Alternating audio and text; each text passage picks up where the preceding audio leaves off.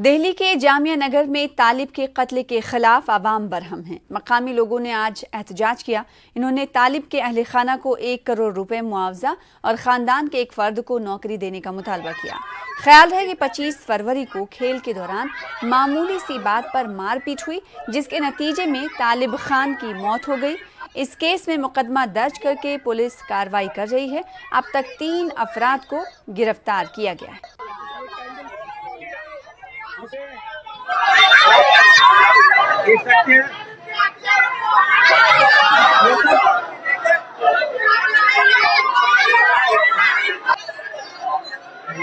नहीं, देखिए, कांग्रेस की तरफ से कोई कॉल नहीं की गई थी। जाकिर नगर RWA की तरफ से कॉल दी गई थी कि हम लोग यहाँ पर तालिब के लिए प्रोटेस्ट करेंगे, कैंडल मार्च निकालेंगे। तो उसमें MIM वालों ने भी कॉल दी है कि हम उनके सपोर्ट में खड़े रहेंगे। हम लोग चाहते हैं कि देखिए, जिस तरीके से रुपेश को 1 करोड़ का मुआवजा दिया गया, इसी तरीके से इनको भी 1 करोड़ का मुआवजा दी जाए। मजहब के नाम पे भेदभाव ना किया जाए कि मतलब किसी और को तो दे दिया गया, इनको नहीं दिया जा रहा है ना। और इसके अंदर जो मिली भगत है आम आदमी पार्टी के लोगों की, उनको ऊपर कार्रवाई की जाए। क्यों प्रेशर बनाया जा रहा है? मतलब जो गरीब है उसको ही दबाया जाएगा, तो ये चीजें ना हो। इंसाफ किया जाए, इंसाफ तरीके से इंसाफ किया जाए। हम ये चाहते हैं कि यहाँ पर जो भी कल्प्रेट है उनको एक तो गिरफ्तार किया जाए जल्द से जल्द, मुआवजा की दिया जाए ना 1 करोड़ का, जैसे रुपेश को गुज्जर को दिया गया था। दूसरी चीज, वक्फ बोर्ड के अंदर इनको सरकारी वो दी जाए, नौकरी दी जाए। हमारा ये डिमांड है। मैं लोगों से अपील करता हूँ, जिस तरह से ये वाकया हो रहा था, वहाँ जो लोग मौजूद थे उनको आगे आगे मदद करना चाहिए था। हमारे इस्लाम में ये लिखा है कि आप मदद कीजिए। वहाँ लोगों ने हेल्प नहीं की। अगर वो हेल्प करते तो शायद आज ये बच्चा बच जाता। और इसकी हत्या हुई है। हम सरकार से मांग करेंगे कि इस बच्चे को इंसाफ मिलनी चाहिए और कातिलों को जल्द से जल्द एक ट्रायल मुकदमा चले, उसमें उनको सजा मिले। केजरीवाल साहब ने 1 करोड़ रुपए शहीद रुपेश गुजर को, हमारे भाई को दिया था। उसके भी हत्या नशेबाजों ने की थी। इस बच्चे की हत्या बाहुबलियों ने की है। बच्चा है, वो भी ओखला विधानसभा का बच्चा था। रुपेश गुजर हमारा भाई, हमारे बीच नहीं था। ये भी हमारा भाई है। इसको मुआवजा मिलना चाहिए और इसकी बहन को सरकारी नौकरी, क्योंकि इनके वालिद साहब पेंटर हैं, उनका जरिया माश कुछ नहीं है, डेली वेजर है। ये हमारी डिमांड है, ये हमारी। श्रीनगर की जामा मस्जिद आज जुमे की नमाज के लिए खोल दी गई है। 30 जुमे के बाद श्रीनगर की जामा मस्जिद में नमाज की इजाज़त दी गई है। 6 अगस्त 2021 को जामा मस्जिद में आखिरी बार जुमे की नमाज अदा की गई थी।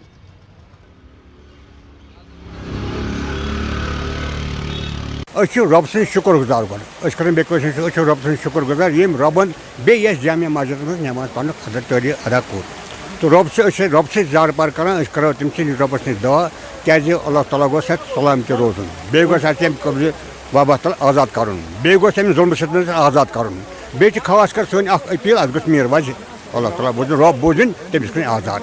यह सोन इतजा क्या रब अंदर कहें ये काला काल रसोल्ला फरमान क्या तथ दुआस अजाबत। बस बहुत ही खुशी की बात हुई। आज मैं बहुत खुश हुआ जब मैं यहाँ पूछा जामिया मस्जिद श्रीनगर में, तो फिर सी बात है कि बहुत ही खुशी हो रहा है कि एक ही जगह हम मुसलमान फिर से जमा हो रहे हैं यहाँ पे। अल्हम्दुलिल्लाह, ये हमारे लिए काफ़ी ईद के जैसे हैं और हम अल्लाह से दुआ करना चाहते हैं कि ये कभी बंद नहीं होनी चाहिए। कश्मीरियों के लिए ये ईद के जैसी है। यहाँ पर बहुत लोग आए हैं, आज बहुत दूर से आए हैं, काफ़ी डिस्ट्रिक्टों से आए हैं यहाँ पर लोग नमाज़ पढ़ने के लिए।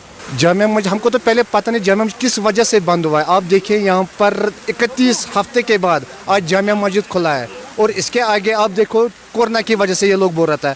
दरगाह आप देखिए, दजगिस्तान आप देखिए, सब बड़ा बड़ा खानका मौला खुला है। सिर्फ जामिया मस्जिद को किस वजह से बंद किया हमको समझ के बात रही है। उधर सयाहती मकाम गुलमर्ग में फौज की जानिब से 3 रोज़ा गुलमर्ग फेस्टिवल 2022 का आगाज़ हो गया है। इस फेस्टिवल में बॉलीवुड की मशहूर शख्सियात शिरकत कर रही हैं। गुलमर्ग के बर्फ पोश स्की रिजॉर्ट में सयाहों और मकामी सामीन को 3 रोज़ा फेस्टिवल के दौरान बॉलीवुड के मुख्तलिफ हिट गानों, कव्वाली नाइट्स और कश्मीरी मौसीकी से महजूज किया जाएगा। 19 इन्फेंट्री डिवीज़न के जनरल कमांडिंग ऑफिसर ने इस फेस्टिवल का इफ्तिताह किया। इस मौके पर फौज के आला अफसरान भी मौजूद रहे। गुलमर्ग से मज़ीद तफसीलात बता रहे हमारे नुमाइंदे मुनीर हुसैन हुर्रा। सयाहती मकाम गुलमर्ग में फ़ौज की जानिब से यहाँ पे विंटर फेस्टिवल का आगाज़ हो चुका है और यहाँ पे जो GOC यहाँ पे आ चुके हैं, उन्होंने यहाँ पे बाज़ाब्ता तौर पे यहाँ पे इस फेस्टिवल का आगाज़ कर दिया गया है। और यहाँ पे बॉलीवुड के मुख्तलिफ़ शख्सियात जो है, अदाकारा और अदाकाराएँ यहाँ पे है, वो यहाँ पे तशरीफ़ ला रहे हैं और इस 3 रोज़ा फेस्टिवल जो है इसमें वो शिरकत कर रहे हैं। और ख़ास तौर पर समीर सोनी और नीलम कोठारी भी यहाँ पे शिरकत कर रहे हैं। आपको हम दिखाएंगे यहाँ पे इस फेस्टिवल का आगाज़ हो गया है। काफ़ी तादाद में जो लोग हैं वो यहाँ पे पहुँच चुके हैं और इस साथ साथ यहाँ पे GOC जो है फ़ौज के वो यहाँ पे पहुँच चुके हैं और इसके साथ साथ काफ़ी तादाद में यहाँ पे सयाह जो हैं वो भी यहाँ पे मुकामी सैलानी जो हैं वो यहाँ पे आ चुके हैं। आप तस्वीरों में देख सकते हैं किस तरह जोश और जज्बा है। और ये ख़ास तौर पर अगर हम बात करेंगे इस फेस्टिवल की, ये सिर्फ सयाहत को फ़रोग देने के लिए और यहाँ पे मुकामी टैलेंट जो है उसको उभारने के लिए, निखारने के लिए ये सारी चीज़ें की जा रही हैं। और इस फेस्टिवल में मुकामी जो फनकार है वो यहाँ पे भी शिरकत करेंगे और अपने जो हुनर है उनको, उस हुनर को यहाँ पे दुनिया के सामने रखेंगे। और इसके साथ साथ आप कुछ तस्वीरें यहाँ पे देख रहे हैं कि यहाँ पे फौज के जवान जो है वो यहाँ पे साथ यहाँ पे कुछ ट्रेडिशनल उनका जो ये रिहर्सल होता है वो यहाँ पे कर रहे हैं। और इसके साथ साथ यहाँ पे काफ़ी तादाद में जो सयाह है वो यहाँ पे आ चुके हैं। और इसके साथ साथ यहाँ पे ये जो फेस्टिवल है काफ़ी अहम माना जाता है और इस तरह आज का आगाज़ होता है। उम्मीद यही की जा रही है काफ़ी तादाद में यहाँ सयाह और मुकामी सैलानी इस 3 रोज़ा फेस्टिवल में शिरकत करेंगे। मुनीर हुसैन, न्यूज़ 18 उर्दू, गुलमर्ग।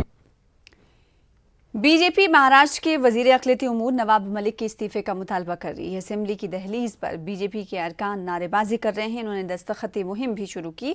ख्याल रहे कि नवाब मलिक को मनी लॉन्ड्रिंग केस में गिरफ्तार किया गया है। वो 7 मार्च तक ED की तहवील में रहेंगे।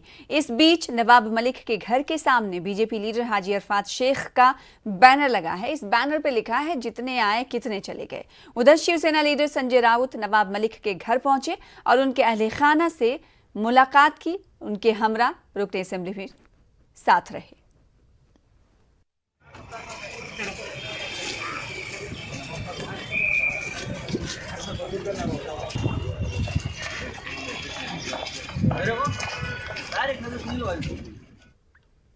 महाराष्ट्र में OBC के साथ मुसलमानों को रिजर्वेशन देने की मांग समाजवादी पार्टी के लीडर अबू आसिम आजमी ने की है। न्यूज़ 18 से बात करते हुए इन्होंने अघाड़ी हुकूमत पर इल्ज़ाम लगाया कि उनकी नीयत मुसलमानों को रिजर्वेशन देने की नहीं है। अबू आसिम आजमी के मुताबिक मुसलमानों की तरक्की के बगैर मुल्क हमाजहत तरक्की नहीं कर सकता। इस वक्त हमारे साथ है, उनसे बात करते हैं। रिजर्वेशन का मुद्दा जो है OBC का आज उठाया गया और साथ ही देखते हैं कि अब्बू आजमी जी क्या कहते हैं। सर, कौन से ऐसे मुद्दे हैं जिसे लेकर के OBC का मुद्दा आज सभा में उठाया गया? क्या कहना चाहेंगे? मुसलमानों का भी एक मुद्दा अहम रहा है। नहीं, हम भी इसी देश के रहने वाले हैं। हम कोई क्रिमिनल नहीं है, हम कोई देशद्रोही नहीं है। हम कमज़ोर ज़रूर हैं, लेकिन हमारे साथ ऐसा सलूक हो रहा है जैसे लगता है कि हमारी कोई गिनती नहीं इस देश के अंदर है। जब यही कांग्रेस और NCP ने इस रिजर्वेशन को लाया था, हाई कोर्ट ने कहा मिलना चाहिए, तो हाउस में खड़े होकर बोला जब तक पार्लियामेंट में अमेंडमेंट नहीं होगा नहीं मिलेगा। तो आप लाए क्यों इस तरह से? मैं कहना चाहता हूं कि OBC को रिजर्वेशन मिले, मराठा को मिले, हम बिल्कुल सपोर्ट करने तैयार हैं। हम बिल्कुल उनके साथ खड़े हैं। समाज के दबे कुचलों को रिजर्वेशन मिलना चाहिए, लेकिन मुसलमान जो इस मुल्क में 15% है, उत्तर प्रदेश में 20% है, इन मुसलमानों को निगलेक्ट किया जाएगा तो हमारा देश कभी भी तरक्की याफ्ता देश नहीं कहा जाएगा। इतने बड़े परसेंटेज को, इतनी बड़ी आबादी को निगलेक्ट करके देश तरक्की नहीं कर सकता है। हमारी मांग है कि इस पर भी बात होना चाहिए। कमियां खामियां कहाँ देखते हैं आप?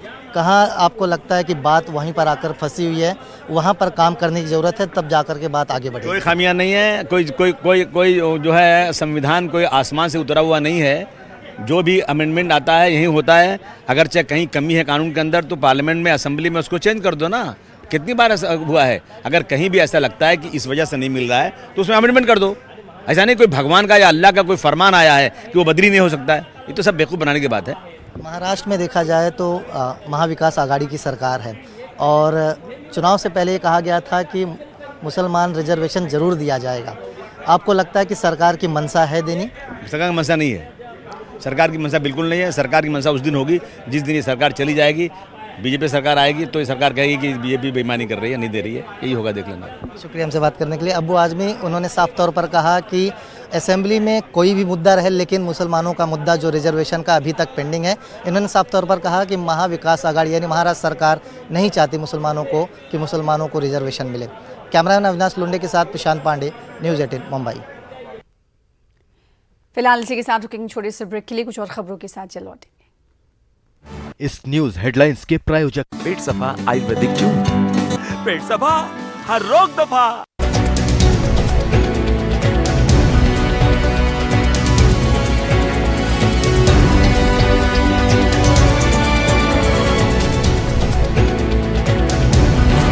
इस न्यूज हेडलाइंस के प्रायोजक पेट सफा आयुर्वेदिक जूस, पेट सफा हर रोग दफा।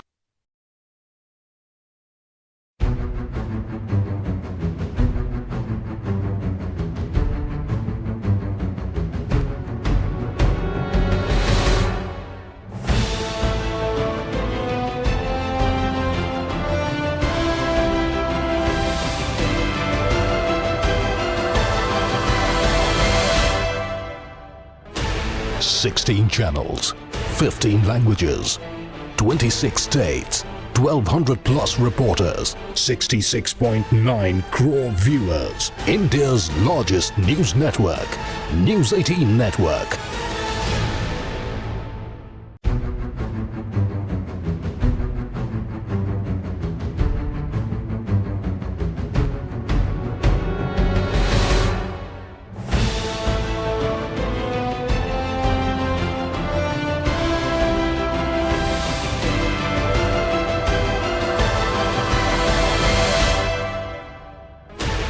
Sixteen channels, 15 languages, 26 states, 1,200 plus reporters, 66.9 crore viewers. India's largest news network, News 18 Network.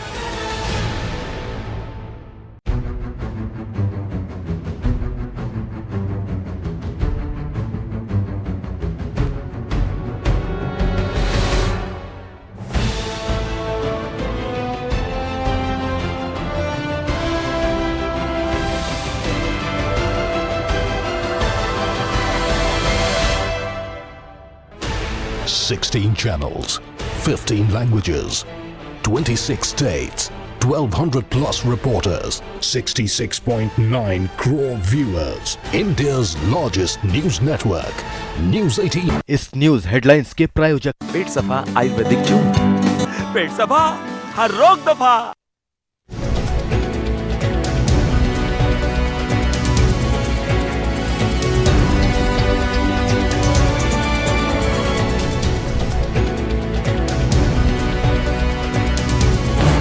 इस न्यूज हेडलाइंस के प्रायोजक पेट सफा आयुर्वेदिक जूस, पेट सफा हर रोग दफा।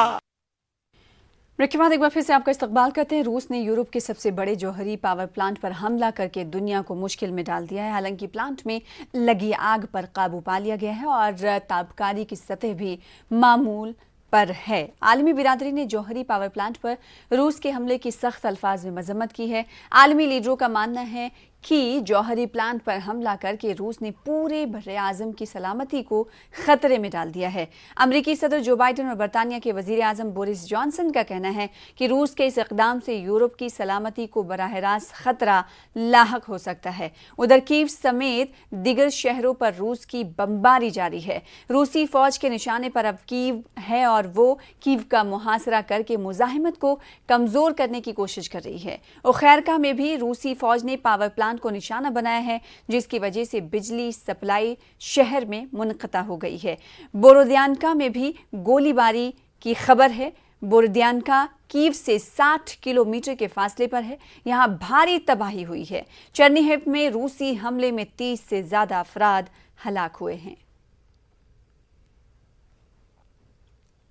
उधर यूक्रेन में दरमानदा हिंदुस्तान के तलबा सलामती के साथ वतन लौट रहे हैं। बेंगलुरु की तालिबा इफनान सबा भी अपने घर पहुंच गई हैं। MBBS की तालीम हासिल करने वाली 3 माह कबल सबा यूक्रेन के इवानो शहर गई थी। जंग के खौफ व हरास और तबाही को इन्होंने अपनी आंखों से देखा है। बेंगलुरु में इफनान सबा और उनके वालिद मोहम्मद वाहिद से न्यूज़ 18 उर्दू ने खास बातचीत की। जंग से मुतासिरा यूक्रेन से बेंगलुरु की तालिबा अफनान सबा खैरियत के साथ, आफियत के साथ, सलामती के साथ घर लौटी हैं। अफनान सबा के घर में इस वक्त खुशी का माहौल है। बताइए, कब आप बेंगलोर आई? कल दिल्ली से फ़्लाइट हुई, बेंगलोर तक आए। कब, किस लिए आप यूक्रेन गई थी? कहाँ पर मुकीम थी? कैसे हालात थे वहाँ पे? एक्चुअली मैं MBBS करने गई थी 3 महीने पहले, दिसंबर 12 में गई थी यूक्रेन। वहाँ पे MBBS करने गई थी। फर्स्ट सेम में सेमेस्टर हो गया था, सेकेंड सेमेस्टर स्टार्ट होने वाला था कि क्लास ऑनलाइन हो गई। फिर उसके बाद से अब पता है, पहले तो हालात इतने बुरे थे नहीं। पहले तो कीव में बहुत हल्के से स्टार्ट हुआ था बॉम्ब ब्लास्ट, सब इतना ज़्यादा तो पता नहीं था हमें इवानो सब साइड की। फिर उसके बाद एक दिन जिस पास ही हुआ कि फिर इवानो के एयरपोर्ट में बॉम्ब ब्लास्ट हुआ, तब पता चला कि हालात बहुत बुरे होने वाले हैं। फिर कीव और खासकीव में अभी तक बच्चे बहुत सारे फंसे हुए हैं और बहुत मुसीबत में हैं, उन्हें खाना पानी कुछ तो मिल नहीं रहा। फिर बाद हमारी जर्नी स्टार्ट हुई इवानो से। हमने इवैक्यूएट, हमें लाइट सारी रात मतलब लाइट ऑफ करके रखनी थी, ताकि अगर बिल्डिंग के लाइट ऑफ रहते तो बॉम्ब ब्लास्ट के चांसेस ज़्यादा थे। तो हम अपने हॉस्टल में लाइट ऑफ करके रहते थे। फिर उसके बाद हमारी कंसल्टेंसी जो यूरेशिया है, उन्होंने हमें हेल्प की, वहाँ से निकाला, वहाँ से रोमानिया बॉर्डर तक पहुँचाया। फिर रोमानिया बॉर्डर के अंदर हम मोर देन 8 से 10 किलोमीटर हम चलते ही रहे। फिर उसके बाद से हम पहुँचे रोमानिया बॉर्डर तक। फिर उसके बाद हमें बहुत ज़्यादा टाइम मिले, 1 से 2 दिन ले लिए हमें वो क्रॉस करने के लिए। फिर हम पहुँचे रोमानिया एम्बेसी के पास, जिन्होंने हमें खाना सब दिया, सब ख्याल रखा। फिर उसके बाद उन्होंने 2 दिन शेल्टर में रखा। फिर उसके बाद हम बस से ट्रैवल करके एयरपोर्ट तक गए। एयरपोर्ट से दिल्ली तक फ़्लाइट हुई। फिर दिल्ली में एक दिन हमें कर्नाटका भवन में रखा गया और फिर उसके बाद 1 दिन के बाद फ़्लाइट हुई और हम बेंगलोर आए। और इसमें सबसे बड़ा हाथ इंडियन एम्बेसी का है, जिन्होंने हमें बहुत ज़्यादा सपोर्ट किया। सब फ़्लाइट सारा खर्चा उन्होंने ही उठाया, सारा एक्सपेंड, हमने कुछ एक्सपेंड नहीं किया। MBBS की पढ़ाई के लिए आपने यूक्रेन क्यों चुना, जबकि हिंदुस्तान में कई कॉलेजेस हैं, कई अपॉर्चुनिटीज़ यहाँ पर मौजूद हैं? अस्सलाम वालेकुम। मेरे पास 1 करोड़ 50 लाख रामाया मेरे सीट लेने के लिए पैसे नहीं थे। किम्स में पूछा था 1 करोड़ 25 लाख बोले थे। बेंगलुरु में डॉक्टर अंबेडकर मेडिकल में 1 करोड़ 25 लाख पूछे थे, मेरे पास देने के लिए उतने पैसे नहीं थे। यूक्रेन में एक 40 लाख इन बिटवीन में पूरी पढ़ी हो जाती बोल रहे थे, इसीलिए यूक्रेन में मैसूर स्टडीज़ बहुत अच्छी पढ़ी अच्छी है बोल के, इसीलिए यूक्रेन भेजना पड़ा मेरे को। क्या होना चाहिए कि जाहिर सी बात है कि अमन की इस वक्त ज़रूरत है। हाँ, बेसिकली हमें तो अल्हम्दुलिल्लाह हमने फिर भी अल्लाह का बहुत शुक्र है कि हमने उतना ज़्यादा वाक़ा नहीं पढ़ा जितना कि वो खाकिफ के लोग अभी भी पढ़ रहे हैं। मेरी बस गुजारिश है कि उन सबको सही सलामत हिफाजत से यहाँ तक पहुँचा दे। बेंगलुरु से MBBS की तालीम के लिए यूक्रेन गई हुई थी, लेकिन जंग की वजह से इन्हें वापस आना पड़ा और अफनान सबा के अहले खाना इस बात को लेकर मुतमईन हैं, खुश हैं कि उनकी बेटी बहिफाजत हिंदुस्तान लौटी हैं, वतन लौटी हैं। मध्य प्रदेश में पंचायत, कॉरपोरेशन और असेंबली इंतखाबात के पेश नज़र शिवराज सिंह हुकूमत ने अपनी कसावट शुरू कर दी है।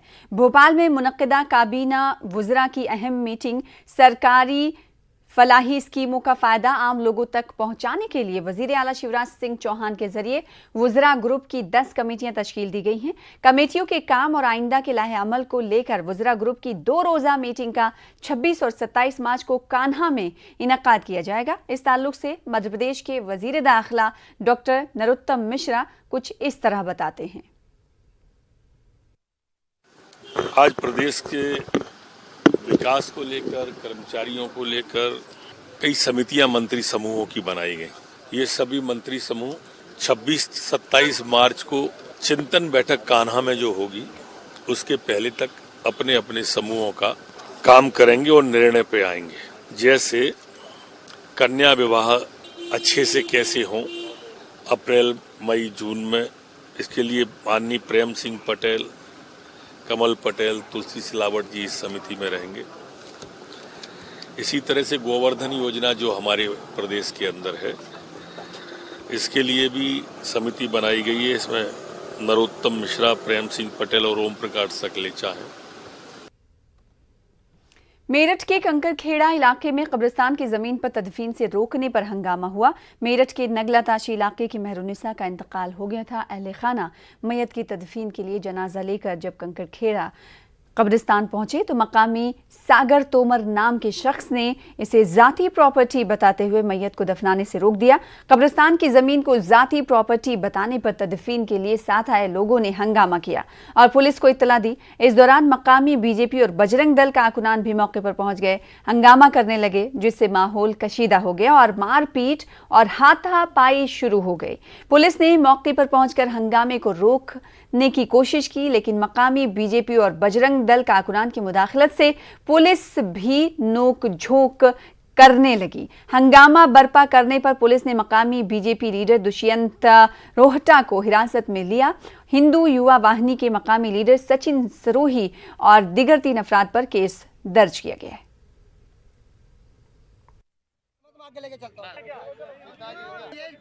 कहते हैं ना, हमारे बाबा दादा जो थे उनके टाइम की जमीन है, ये हमारे 21 बीघे से भी ज्यादा है, जो भी हमारे पास इनका नक्शा भी है, ठीक है। और इस पे ये विवाद ये हो रहा है, ये लक्ष्य वाले बोल रहे हैं कि इसका बैनामा हमने करवा लिया 20 दिन पहले।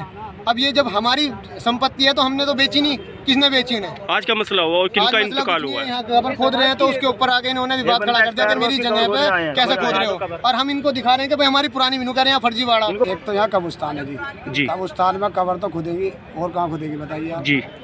वो ये कबर खोद दिया इन्होंने, लक्ष्य वाले हैं, कोई गुंडे हैं, पता नहीं कौन है, हम तो जानते नहीं। यहाँ क्या दावा कर रहे हैं कि कब्रिस्तान हमारे हैं। किनका इंतकाल हुआ था, कहाँ से हैं ये लोग? ये नंगला ताशीश है, इंतकाल हुआ था, नंगला ताशीश है। एक पुरानी खबर दिखाता हूँ, एक अच्छा 20 साल पुरानी है, 2 साल पुराने इंतकाल हुआ। खबर बहुत है यहाँ पे, अब ये खबर खोद दी थी, अभी आए पुलिस। अभी विवाद क्या है? अभी विवाद क्या है? विवाद कुछ नहीं है, ये लक्ष्य हॉस्पिटल वाला है, ये विवाद खड़ा कर रहे हैं। ये फर्जी बैनामा या पता नहीं क्या है, ये तो कानूनी कार्रवाई ये जाने। बिना मतलब के कागज पर कोई भी मोहर लगा देगा, कब्रिस्तान की जमीन है। भागलपुर के तातारपुर में एक पटाखा ताजिर के घर में रात हुए धमाके में 13 लोगों की मौत हो गई है और 1 दर्जन से ज्यादा अफराद जख्मी हुए हैं। धमाका काफी शदीद था, जिसके बायस आसपास के कई मकानात तबाह हो गए हैं। मौके पर राहत और बचाव का काम जारी है। पूरे मामले की जांच की जा रही है।